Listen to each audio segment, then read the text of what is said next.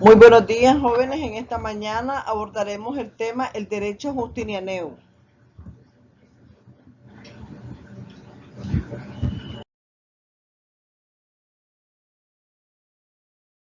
El objetivo de abordar este tema es comprender cómo se dio el desarrollo del derecho justinianeo en época. Entonces, las compilaciones jurídicas prejustinianeas. Durante los reinados de Valentiniano III en Occidente y Teodosio II en Oriente, en el año 426 se publicó una colección de jurisprudencia, la famosa Ley de Citas, que señala a las opiniones de Gallo, Papiniano, Paulo, Ulpiano y Modestino como vigentes y susceptibles de ser aducidas en juicio. Si los pareceres de estos jurisconsultos no eran unánimes, prevalecía la opinión de la mayoría y en caso de empate la de Papiniano. También bajo el reinado de los emperadores mencionados se publicó una codificación en el año 438, esta de carácter oficial llamada Código Teodosiano. La obra consta de 16 libros y contiene ordenadas y clasificadas las constituciones emitidas desde la época de Constantino hasta ese momento. Con posterioridad a dicho código y hasta la época de Justiniano, las constituciones correspondientes a los dos imperios son recopiladas y publicadas con el nombre de Nuevas Teodosianas y Post-Teodosianas. A la caída del Imperio de Occidente en el año de 476, los pueblos que ocuparon lo que fueron territorios imperiales se crearon nuevos reinos tales como el de los ostrogodos, el de los visigodos y el de los borgoñones. Los vencedores respetaron y conservaron la organización judicial y la legislación de los vencidos, creándose así el sistema que se conoce como principio de personalidad en la aplicación del derecho. Esto es que existieron leyes para ellos, leyes bárbaras, y para los romanos ordenamientos tomados del propio derecho romano. Leyes romanas, es decir, romano-bárbara. Son tres las obras que conocemos de estas características: el Edicto de Teodorico, la Ley Romana de los Visigodos y la Ley Romana de los Borgoñones. El Edicto de Teodorico probablemente data del año 503 y se debe a Teodorico, rey ostrogodo. Está dividido en 155 capítulos y contiene disposiciones las, eh, las, las más básicas de los códigos gregoriano, hermogeniano y teodosiano. En lo fundamental, la obra trata de problemas de derecho público y de derecho criminal. El Edicto de Teodorico constituye una excepción en relación con las otras leyes romanas bárbaras. Se aparta del principio de personalidad y adapta el de territorialidad en cuanto a su aplicación, ya que debió ser observado tanto por los bárbaros como por los romanos. La ley romana de los visigodos es el más importante de los documentos de este tipo. Fue compuesta por Alarico XI y se le conoce también con el nombre de Breviario de Alarico. Está integrada primordialmente con constituciones imperiales de Teodosio, parte de las instituciones de Gallo y de las sentencias de Pablo y de las respuestas de Papiniano.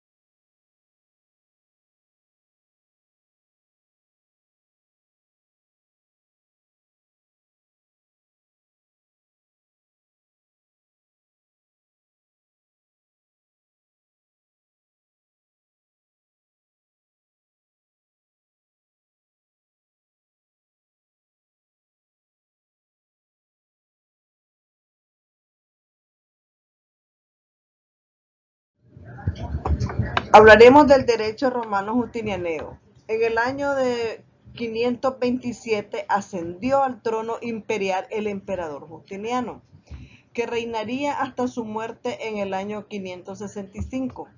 Su obra como gobernante destaca tanto en el ámbito político, militar, como en el religioso y en el jurídico. En el primer aspecto pretendió restaurar el antiguo imperio romano, logrando reconquistar algunos de los territorios invadidos por los bárbaros: África, Córcega, Cerdeña, Sicilia, Italia y parte de la península ibérica. Aunque no todos estos territorios los conservará durante todo el largo reinado.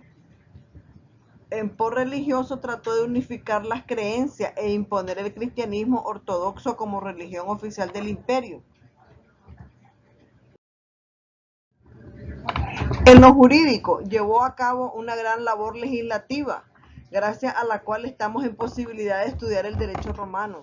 La labor legislativa llevada a cabo por Justiniano desde el momento en que sube al trono en 527 tiene una importancia decisiva dentro de la historia del derecho, pues gracias a él conocemos aquel que regió a los romanos durante los siglos anteriores.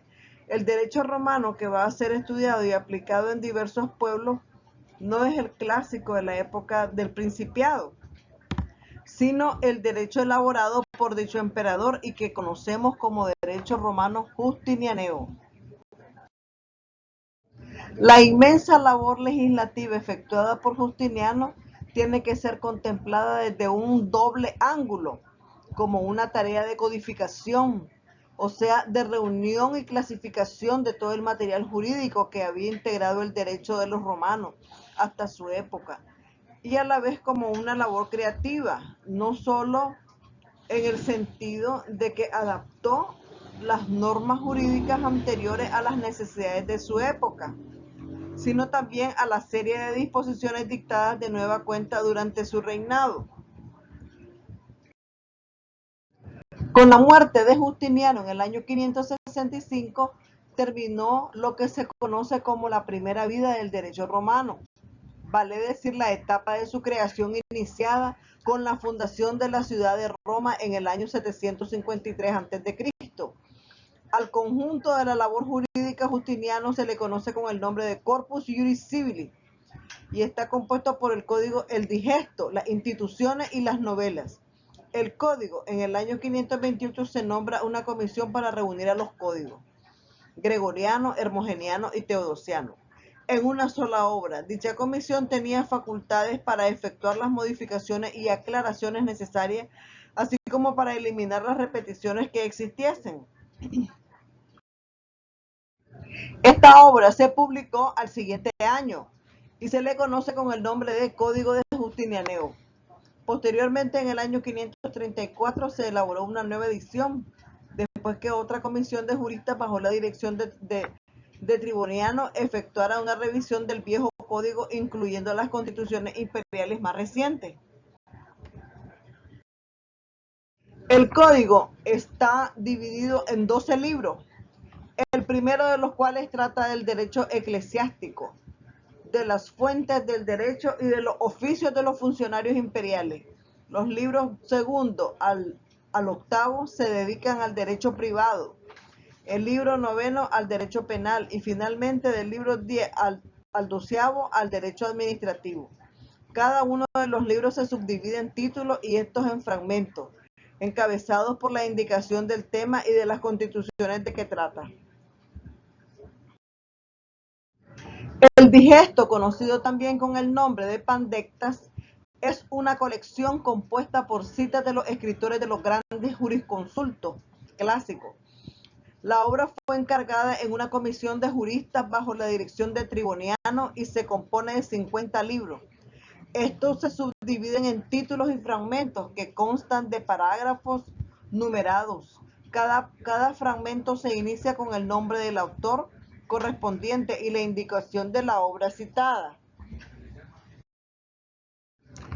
Los redactores del digesto se dividieron en 3 subcomisiones, cada una de las cuales debía seleccionar un conjunto determinado de obras. La primera se encargó de revisar todo lo referente al derecho civil y a integrar lo que se conoce como Fondo Sabiniano, que está conformado básicamente por obras de Sabiniano y sus seguidores. Por su parte, la segunda comisión se revisó las obras relacionadas con el derecho honorario, contenido en los edictos de los magistrados, e integró el fondo edictal. Finalmente, el tercer grupo se dedicó a analizar principalmente los escritos de Papiniano y otros grandes jurisconsultos y produjo el fondo papinianeo. Por su parte, la comisión, las comisiones tuvieron plenos poderes para corregir y modificar los textos estudiados en las diversas compilaciones, así como la facultad de adaptar las obras clásicas a la necesidad del derecho vigente. Estas adaptaciones y modificaciones se conocen con el nombre de interpelación o emblemata tribuniani. Las instituciones, mientras se trabajaba en la inmensa labor que implicaba la elaboración del digesto, Justinillo ordenó redactar una obra elemental dirigida a la enseñanza del derecho, es decir, prácticamente un libro de texto en cuyo preámbulo el emperador da una serie de consejos a la juventud que desea estudiar leyes. Las instituciones, al igual que el digesto, se publicaron en el año 533. Al igual que las anteriores, esta obra estuvo bajo la dirección de Triboniano y con la colaboración directamente otros dos juristas, Teófilo y Doroteo, quienes se basaron en obras de Ulpiniano, Marciano y Gallo. De este último tomaron la estructura de su obra, las instituciones. La citada obra de Justiniano estaba dividida en 4 libros y estos a su vez en títulos que indican la materia tratada y se subdividen en parágrafos numerados. El primero trata de las personas, el segundo y tercero parte del cuarto libro se refieren a las cosas, mientras que el final de este se dedica a las acciones. Las novelas, después de la publicación definitiva del código en el año 534, las constituciones imperiales que se fueron publicando conformaron una obra denominada novelas. Estas constituciones imperiales son bastante numerosas, sobre todo hasta el año 535, fecha en que muere Triboniano. De las novelas poseemos varias versiones. Una recopilación en el año 555 por un famoso profesor de Derecho de Constantinopla, que reúne 124 novelas y cuya colección se llama Epitome Iuliani. Otra colección más completa que consta de 143 novelas se conoce con el nombre de Authenticum Corpus Novellarum. Cada novela se inicia con un prefacio donde se indican los motivos del texto, que está dividido en capítulos, y finaliza con un epílogo que reglamenta su aplicación.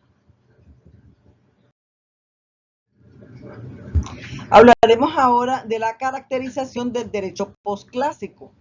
Todo el derecho del imperio absoluto corresponde a la fase posclásica y se subdivide a su vez en derecho vulgar y derecho justinianeo. La etapa del derecho vulgar se inicia a partir del mandato diocleciano y termina antes de Justiniano. Es característica de esta fase de la falta de originalidad. Ya no hay creación jurídica, sino solo el afán de adaptar el derecho anterior al tiempo presente, simplificándolo la mayoría de las veces y perdiendo con ello el rigor científico que caracterizara al derecho clásico.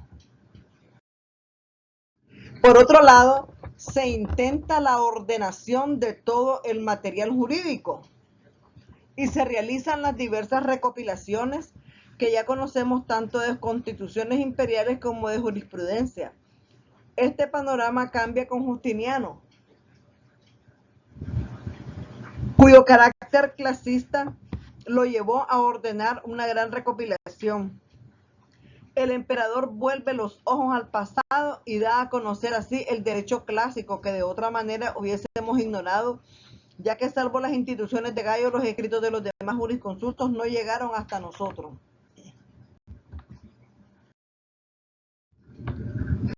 Hablaremos ahora del destino del derecho romano después de Justiniano, o sea, ¿qué pasó con Roma después de Justiniano? La legislación justinianea siguió rigiendo oficialmente en todo el Imperio de Oriente, hasta su caída en poder de los turcos en 1453. Sin embargo, toda la obra de Justiniano fue objeto de comentarios y diversas traducciones al griego, puesto que en esta época el Imperio de Oriente e Imperio Bizantino eran más greco-oriental que romano, al punto que el idioma oficial ya no era el latín, sino que era el griego. Muchas gracias, jóvenes. Esto ha sido todo en cuanto a la primera parte del derecho justinianeo. Muy buenos días.